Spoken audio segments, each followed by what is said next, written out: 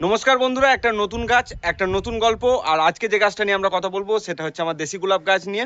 তো প্রথমে গাছটা দেখায় যে কিরম পরিমাণ ফুল এসছে আমার গাছটায়, তারপরে আমি পরে বলছি যে কিভাবে কি পরিচর্যা করা যায় সেই বিষয়টা নিয়ে কথা বলছি। তো এটা হচ্ছে আমার দেশি গোলাপ গাছটায় কিরম পরিমাণ ফুল এসছে তোমরা বুঝতে পারছো নিশ্চয়ই।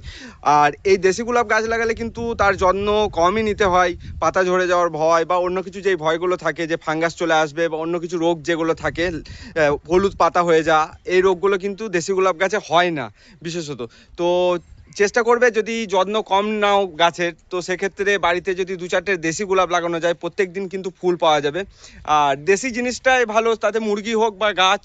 কারণ হচ্ছে দেশি জিনিসের যত্নটা কম নিতে হয়, যেমন পোলট্রি মুরগির যত্ন বেশি নিতে হয়, সেক্ষেত্রে দেশি মুরগির যত্নটাও কম নিতে হয়। তো এরকম যদি ফুল চলে আসে, তারপরে যদি ফুলগুলো ফুটে যায়, তারপরে আমাদের করণীয় কি? এই যে ফুলগুলো এসছে, আমাদেরকে এগুলোকে বীজ জমতে দিলে হবে না, আমাদের এই ফুলগুলোকে কেটে দিতে হবে, কেটে ফেলে দিতে হবে। আর গাছে থাকলে সমস্যা কি হবে পরবর্তীকালে, এই গাছে না এলেও কিন্তু অন্য গাছে যদি ফুলগুলো পচে যায়, অন্য গাছে কিন্তু ফাঙ্গাস চলে আসতে পারে। তো চেষ্টা করবে যখন এরকম ফুলগুলো ফুটে গেছে পুরোটা, তারপরে কিন্তু ফুলগুলো কেটে দেবে এখান থেকে।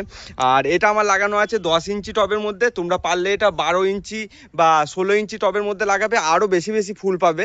আমার কাছে এই মুহূর্তে 12 ইঞ্চি বা 16 ইঞ্চি টব নেই, সেজন্য আমি 10 ইঞ্চিতেই লাগিয়েছিলাম। তো তাতেও কিন্তু গাছটা বিরাটভাবে গ্রো করেছে। আর এটা প্রতি মাসে মাসেই ফুল দেয়। এই একবার এলো, আবার পরের মাসে দেখবো যে গাছ ভর্তি ফুল দিয়েছে। গাছটা খুবই সুন্দর গাছ, তোমরা পারলে বাড়িতে একটা এনে লাগাও।